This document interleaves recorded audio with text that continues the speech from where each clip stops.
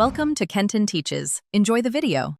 In this video, I will show how to make rolls like Texas Roadhouse. First, gather your ingredients, including all-purpose flour, active dry yeast, warm milk, honey, and melted butter. It's crucial to activate your yeast properly in the warm milk with a little honey to ensure your dough rises beautifully. Precise measurements are key for achieving that perfect texture and flavor, so take your time with each component.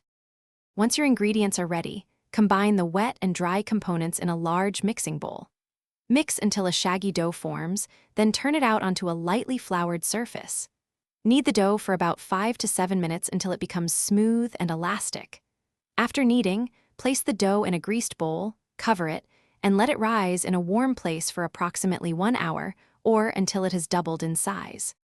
After the first rise, gently punch down the dough and turn it onto a lightly floured surface.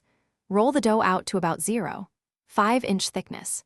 Using a sharp knife or pizza cutter, cut the dough into 2-inch by 2-inch squares.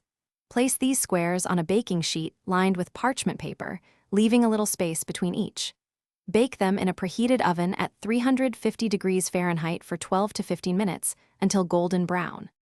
While your rolls are baking, prepare the iconic honey cinnamon butter.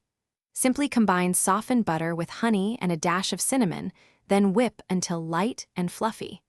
As soon as the rolls come out of the oven, brush them generously with this incredible melted butter mixture. Serve them warm and enjoy. Don't forget to check the description for a link to the O-Ala water bottle and other great deals. Thanks for watching. Please subscribe if this video was helpful.